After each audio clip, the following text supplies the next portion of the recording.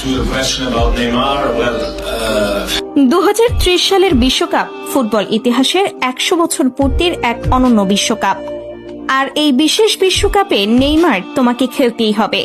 তোমাকে ছাড়া ব্রাজিল দলটা আরো ভেঙে পড়বে। তোমাকে আবারও দলে ফিরে এসে পুরো দলটাকে নতুন করে গড়ে দিয়ে যেতে হবে। স্বয়ং ফিফা প্রেসিডেন্ট নিজেই এবার নেইমারকে অবসর ভেঙে বা ফিরে আসার জন্য বিশেষভাবে অনুরোধ জানালেন।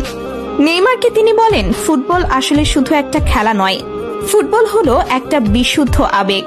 আর যখন আমরা ফুটবলের মাঠে নিখাত জাদুর কথা বলি, তখন একটা নাম আমাদের সবার মনে সবার আগে ভেসে ওঠে, নেইমার জুনিয়র। নেইমার, তুমি ফুটবলকে যা দিয়েছ তার জন্য পুরো বিশ্ব তোমার কাছে ঋণী। কিন্তু তোমার এই জাদুর গল্পটা তো এভাবে শেষ হতে পারে না। 2030 সাল কোনো সাধারণ বিশ্বকাপ নয়, এটি ফুটবলের 100 বছর পূর্তি, আমাদের শতবর্ষী বিশ্বকাপ।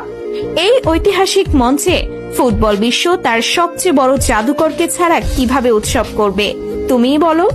আমি জানি ইনজুরি আর কঠিন সময়ে তোমাকে অনেক ভুগিয়েছে। আমি জানি ব্রাজিলের হলুদ জার্সি গায়ে চাপ কতটা পাহাড় সম হয়, কিন্তু হেক্সা জেতার যে স্বপ্ন কোটি কোটি মানুষের চোখে, সেই স্বপ্ন সত্যি করার আসল কারিগর তো তুমিই।